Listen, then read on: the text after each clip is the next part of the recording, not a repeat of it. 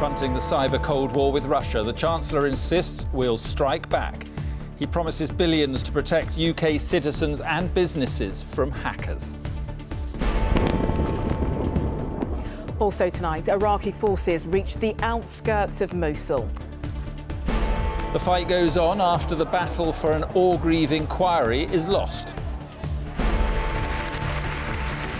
And saluting the bravery of the little girl with horrendous burns.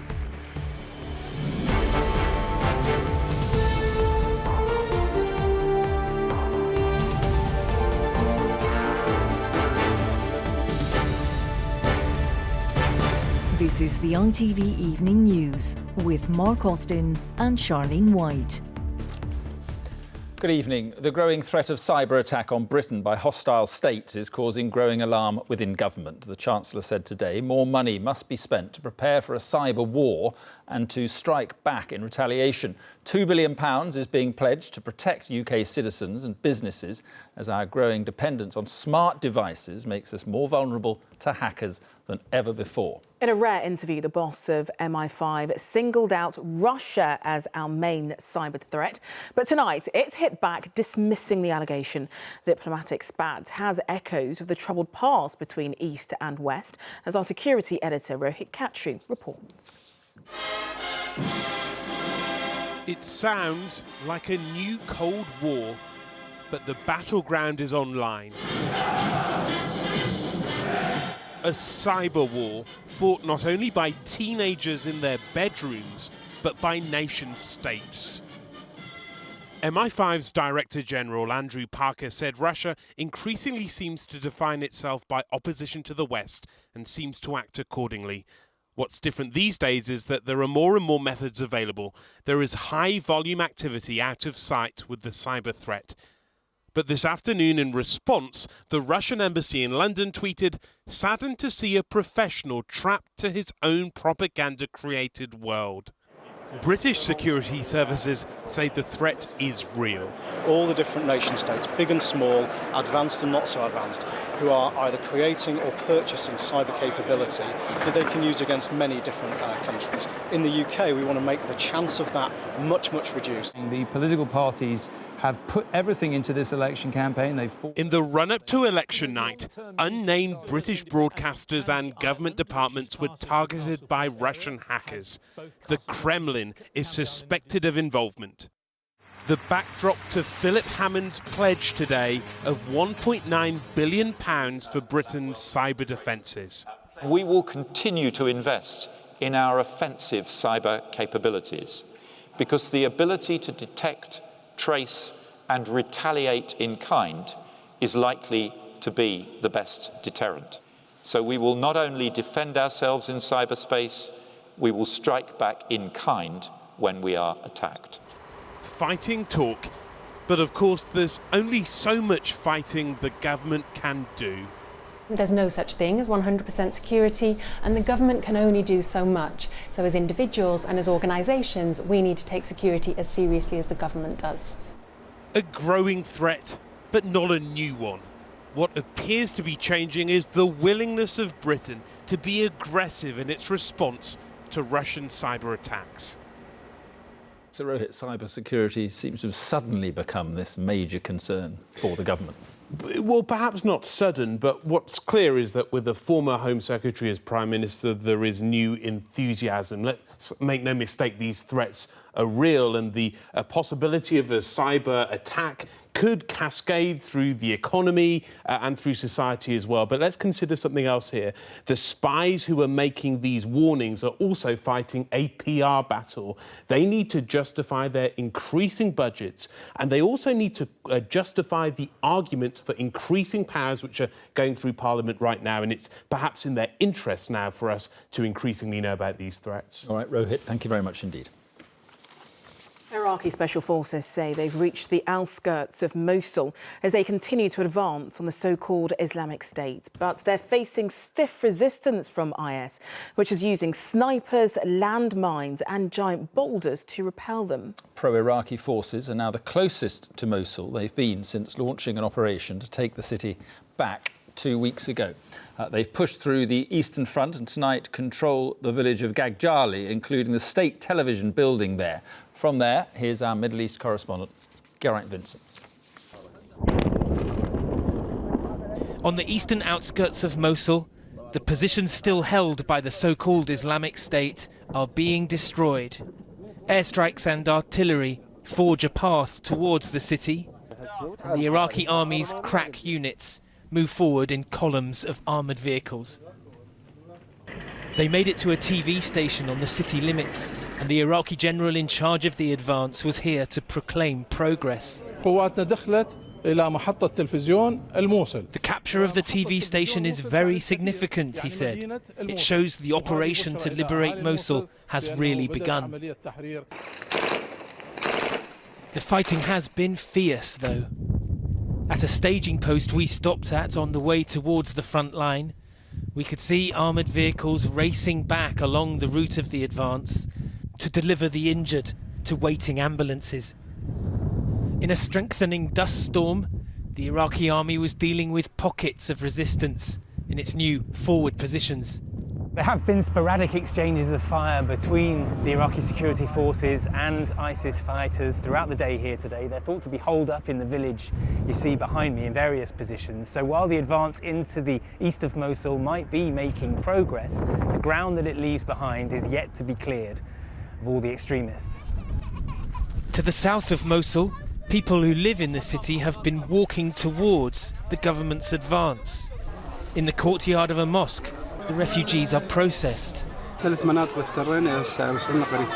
We went through 3 villages before we reached here, says this man. Look at us, he says, children, the old and the sick. Mosul is still home to more than 1 million people. IS is thought to be holding tens of thousands of them hostage. The fight for the city is going to be difficult, long and bloody. Geraint Vincent, ITV News, Northern Iraq. Here, there were more angry exchanges in Parliament today over the government's refusal to hold any inquiry into the so-called Battle of Orgreave.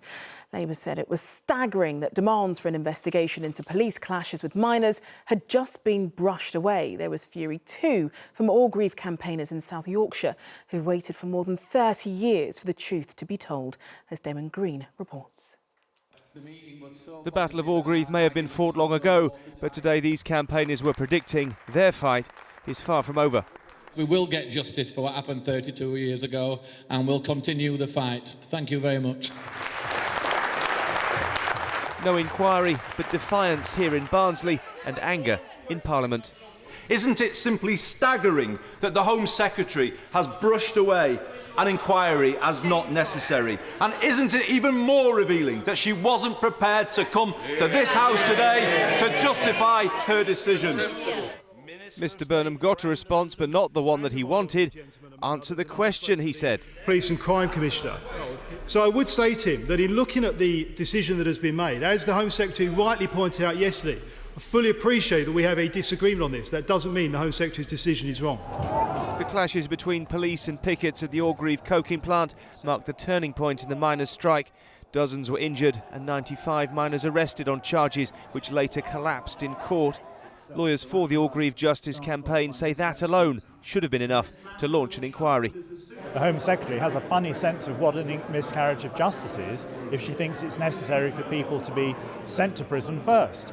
Surely we can have a miscarriage of justice if we know that people were being tried on trumped-up charges. And people who've waited 30 years for an inquiry into that say they're not giving up now. They think we're the sort of people that go away. We had our heads smashed in, we were attacked on by mounted police, we were put under curfews, we stood a year with no money. We're not going to go away. But an inquiry into Orgreave would take a ministerial U-turn or a change in government. At present, neither of those is a safe bet. Damon Green, ITV News, in South Yorkshire. And the government's been accused of making a second cover-up in as many days. It followed the announcement from Culture Secretary Karen Bradley that the second part of the Leveson inquiry could be shelved. It was due to investigate allegations of phone hacking and journalists' collusion with police. Our political correspondent Carl Dinnan is at Westminster this evening. Carl, how much of a surprise is this?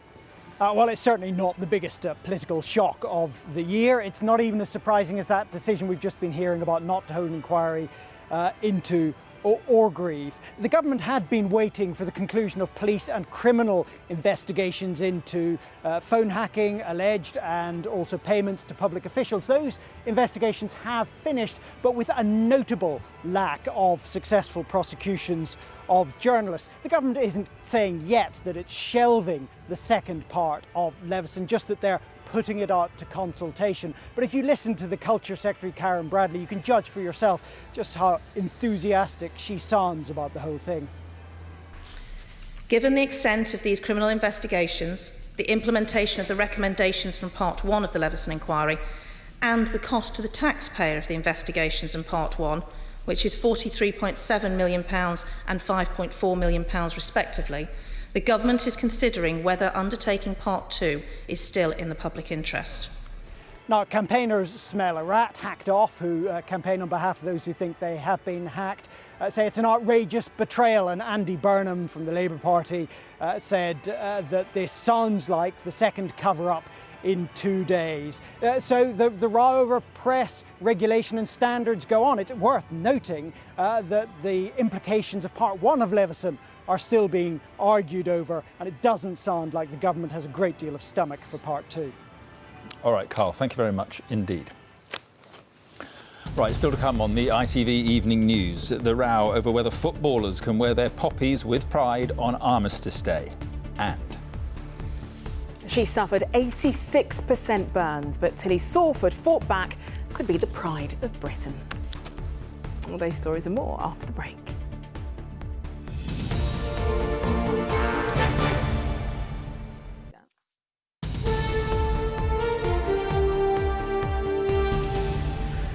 Welcome back. With just 1 week left in the most caustic presidential campaign in modern American history, the polls suggest the race is tighter than ever. One has Donald Trump in front for the first time in months, helped by fresh revelations in the Hillary Clinton email scandal. Clinton's fighting back, though, warning that Trump would be a danger to women and girls if elected. Our correspondent Penny Marshall reports from America on the final bitter battle for votes. For his supporters, it's as if he's Teflon coated, but his opponents think the woman issue will stick. Donald Trump was arriving in the key battleground state of Pennsylvania this morning and talking about policy.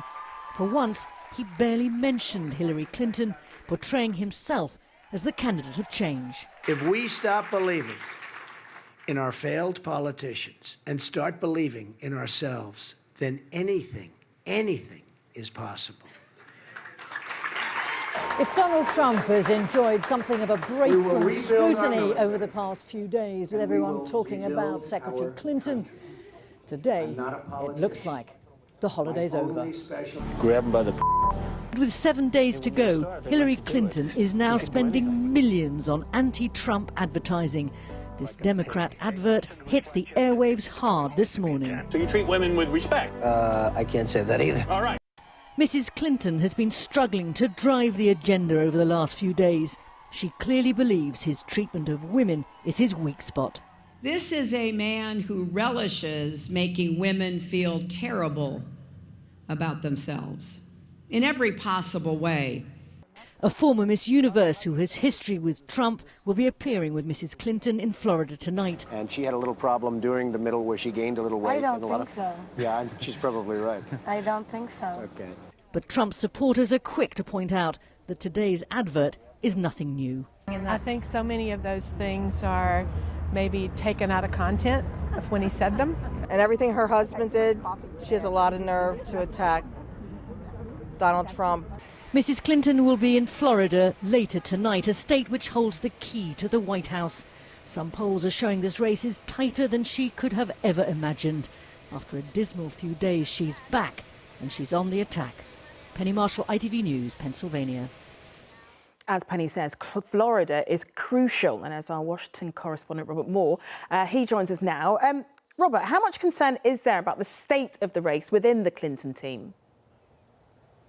Yes, of course there's real concern after that FBI bombshell on Friday, but this is what campaigns do for a living. They try and survive the bad days and then pivot. And that is exactly what Mrs. Clinton is aiming to do when she arrives here in perhaps the most politically contested territory in the whole of America, what they call the I-4 corridor of Central Florida. And here, her main goal is to try and appeal to suburban and educated women, the very constituency she believes will win her the keys to the White House. The Democrats are pretty confident still in the basic maths of the Electoral College vote. They believe they can even lose Florida and still win the presidency quite handily, so long as they win states like Virginia, Pennsylvania and North Carolina. But what has changed very much is no one now is talking about a landslide. No one's talking of measuring the curtains to the Oval Office or of cabinet appointments. Everyone inside the Clinton campaign is absolutely braced for a very competitive final week. Robert, thank you. Here, 3 men have been jailed over the abuse, rape and trafficking of young girls in Bristol. The men, originally from Somalia, were part of an inner-city sex ring which targeted victims as young as 14 years old. One was sentenced to 16 years behind bars, the other 2 to 8 years. And footage has emerged of police in London being pelted with fireworks, one of a number of incidents around the country. In Birmingham, police have arrested a teenager believed to be part of a group that launched a firework attack at a police van last month. The football associations of England, Scotland and Wales are locked in a row with FIFA over whether their teams can wear poppies to mark Armistice Day. FIFA considers them a political symbol and they're banned under the governing body's rules. But it's hoped a compromise can be reached to allow tributes during international matches next week, as our sports editor Steve Scott reports. We've been here before. In November 2011, a compromise was reached and England players wore poppies on their black armbands. Along with Scotland, the FA wants to do the same again. Wales are keen to wear a poppy on their shirts, but so far FIFA has not agreed to anything. Paralympian Derek Deranalangi lost both legs in action in Afghanistan. He says FIFA must be defied. They gave their life, they gave their yesterday for our today. And that is the reason why we should stand up, why the 2 FAs and 3 FAs, England, Scotland and Wales, to stand up to FIFA and say, no, we are wearing the poppy to show respect for the people who have given their life. FIFA says it's just following its own rulebook, which states equipment must not have any political, religious or personal slogans, statements or images. 99-year-old Ron Jones, Britain's oldest poppy seller, played football while being held in Auschwitz and has no time for FIFA. No, I think if a man wants to wear a poppy, why not? If the footballers want to put it on their shirts, what's stopping them? I think it's stupid. Negotiations between the 3 countries and FIFA continue this evening. But whatever the outcome, the FA says on match day they will commemorate those serving in the armed forces. And it's very likely that will include a poppy armband for every player. Steve Scott, ITV News. And finally, when 9-year-old Tilly Salford stepped up to accept her Child of Courage award last night, it was to cheers and tears in the audience. She's barely been able to walk since a devastating accident left her with 86% burns. Yes, no toddler had survived such injuries, but Tilly beat those odds and has been inspiring others ever since. She is one of the young stars of the Pride of Britain Awards on ITV tonight, as Duncan Golostani reports. On a night celebrating extraordinary achievements, one little girl had more reason than most to be proud. This is only the 4th time Tilly Salford has walked since being burned as a baby. She was given her Child of Courage award by the X Factor judges. You're a princess, Tilly, because you look like a princess tonight. Is that all right? Yeah. Still clutching her award from the night before, Tilly told me about her favourite moment. A girl singer. From X Factor? And she was the best. The really the bestest one. Why was she the best one? Because she called me a princess. As a baby, more than 86% of Tilly's body was burned in a scalding bath. In the years since, she's had more than 500 operations. Her courage and fundraising for charities were today recognised by the Prime Minister. I was like, all your stories, I'll come round and see all of you, all your stories are absolutely amazing. After a whirlwind 24 hours, Tilly is on her way home, more determined than ever to help other children with burns. Duncan Golestani, ITV News. Oh, congrats, Tilly. And the Pride of Britain Awards are on ITV at 8 o'clock tonight. And you were there last night, weren't you? I was there. Very emotional and inspiring stuff. Get the tissues ready. That's it for now. After the Pride of Britain Awards, Raggy Omar will be here with news at 10. From all of us here, goodbye.